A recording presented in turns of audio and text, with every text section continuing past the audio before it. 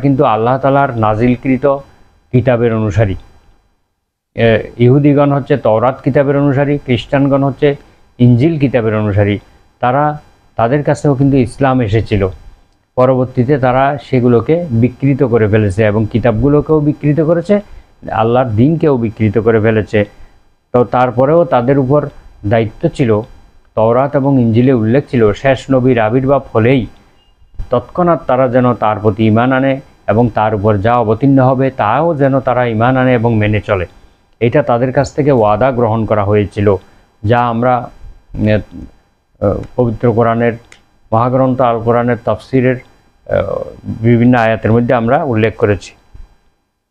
তো তারা যেহেতু ইহুদি এবং খ্রিস্টান, তারা যেহেতু আল্লাহ প্রদত্ত দ্বীনের অনুসারী ছিল এক সময়, তারা যদি মহানবী সাল্লাল্লাহু আলাইহি ওয়াসাল্লামের উপর ঈমান না আনার কারণে জাহান্নামে যেতে হয়, তাহলে পৃথিবীর অন্যান্য জাতিগুলো কিভাবে তারা রক্ষা পাবে?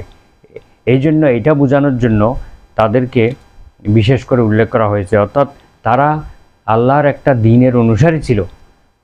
তারাও যদি মুহাম্মদ সাল্লাল্লাহু আলাইহি ওয়াসাল্লামের প্রতি ঈমান না আনে, তার আনিত বিষয়ের উপরে বিশ্বাস না করে, তাদেরকে যদি চিরকাল জাহান্নামী হতে হয়, তাহলে পৃথিবীতে আরও যে জাতিগুলো রয়েছে, মূর্তি পূজারী, অগ্নি উপাসক এবং বিভিন্ন বস্তুর উপাসক, অনেক জাতি ধর্মাবলম্বী রয়েছে, তারা যে চিরকাল জাহান্নামী হবে এটা আর বলার অপেক্ষাই রাখে না।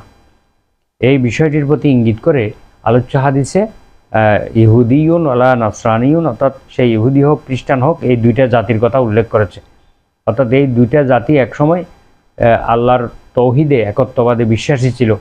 তারপরেও তাদের উপর দায়িত্ব হলো শেষ নবীর উপরে বিশ্বাস করা। শেষ নবীর উপর বিশ্বাস না করলে তাদেরকে যদি চিরকাল জাহান্নামে থাকতে হয়, তাহলে যারা একেবারেই বিশ্বাস করেনি, যারা অন্যান্য দেবদেবীর বা অন্যান্য বস্তুর উপাসনা করতেছে, তাদের অবস্থা তো অবশ্যই তাই হবে। অর্থাৎ তারাও চিরকাল জাহান্নামী হবে। এই কথা বলে এখানে এই দুই জাতিকে নির্দিষ্ট করা হয়েছে। তো হাদিসে সুম্মা ইয়ামুতু আলাম ইউমিন, তারপর তারা মারা গেল কিন্তু তারা ঈমান আনলো না। এই কথা বলে ইঙ্গিত করা হচ্ছে যে তারা যদি মৃত্যুর কিছুক্ষণ পূর্বেও যদি রাসূলুল্লাহ সাল্লাল্লাহু আলাইহি ওয়াসাল্লামের প্রতি ঈমান আনে এবং তার আনিত বিষয়ের উপরে তারা যদি বিশ্বাস করে, তাহলে তারা নাজাতের অধিকারী হবে। অর্থাৎ তারা মুক্তিপ্রাপ্ত দল হিসেবে, মুক্তিপ্রাপ্ত মানুষ হিসেবে গণ্য হবে। কুফরি অবস্থায় মৃত্যুবরণ করলে তাদেরকে চিরকাল জাহান্নামে থাকতে হবে।